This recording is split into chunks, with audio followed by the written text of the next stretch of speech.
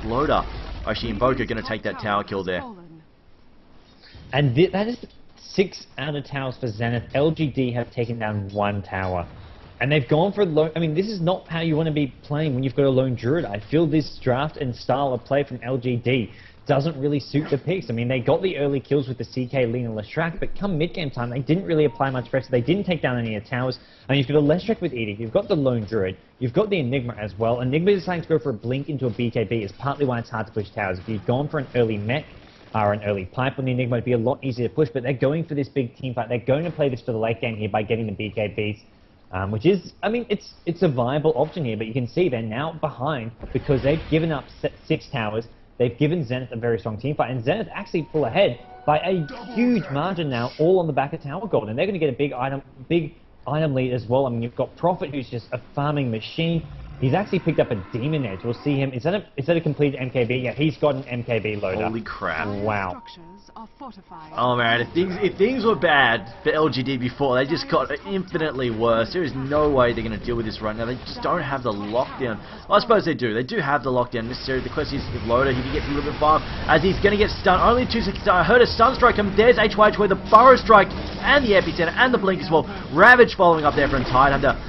CK though with the BKB, going to avoid most of that. The stun goes down, Split Earth, Anchor Smash as well. Leshrac just porting out, says screw it, I'm out.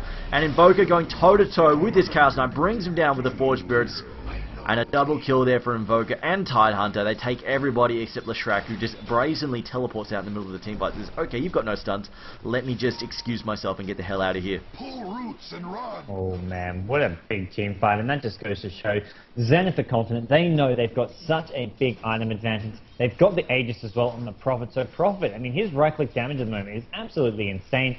Those BKBs only help so much. I mean, Enigma, the Black Hole, it hit 2 or 3 of the key heroes, but it didn't do enough. Meanwhile, Epicenter with the Tide Rovers was just winning the team fight for Zenith. I mean, they don't even care about the Black Hole. As long as it doesn't catch all 5, they are going to be perfectly okay. And here we go, the mid lane push. This looks like it's going to be Zenith getting a mid-rax out of this. Chaos Knight still 10 seconds away from respawning. Lone Druid a good 15 seconds as well, and there we go. Mid-melee barracks goes down. So they actually swing top before they've even taken the range barrack. They want to just get a tier 3 tower here, and then I think we'll see them backing off. I don't know, man. Zenith, they might could just stay and fight because it's Zenith. We'll see. They do actually... LGD pauses. Okay. Well, we were about to have some action erupt, and LGD... HG... Okay, I think they're saying go once again.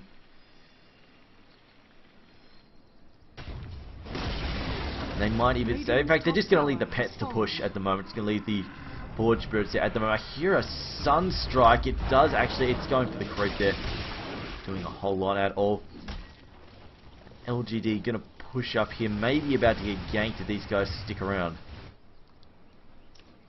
Yeah, we'll see them. I mean, they've got some of those ultis coming up soon-ish, but they're not quite ready yet. Sanking's got 15 seconds on his. Tide Ravage is about 40 seconds off, but they don't really care. They're going not going to land the Shackle. Burrow Strike is there, Silent should go down, Deafening Blast, everything just being thrown at him, and that was a bit silly. I mean, he knew LGD was just, that Zenith was just at that top lane, and he should not have been pushing that out so aggressively, and LGD are actually going to call GG. They're going to go in game number 2 now, because there's just nothing they can do. Lone Druid being taken out, I have to agree, that was the end for LGD, and Zenith, coming from the loser bracket, man, they are putting up a great fight right from the word go. I'm good with this. You know what? I was barracking for Zenith this match, and yes, I've got to agree. It looked like LGD, they had such an advantage in that bottom trial, and unfortunately for them, the mobility of Zenith really paid off. Just allowing them to effectively gang 5v3 really messed up LGD, and they just didn't have the resources to respond to it either. They just decided they didn't port so much, and they didn't port so much at all until the mid game. Then they really started porting, defending against the ganks, which actually paid off for them a couple of times. But for the most part, Zenith controlled the map and dominated the game. So congratulations to them. But this is, of course, only game 1 in a best of 3 series, and it is the first best of 3 series for the evening. So stay tuned, guys. We have another match coming up very shortly.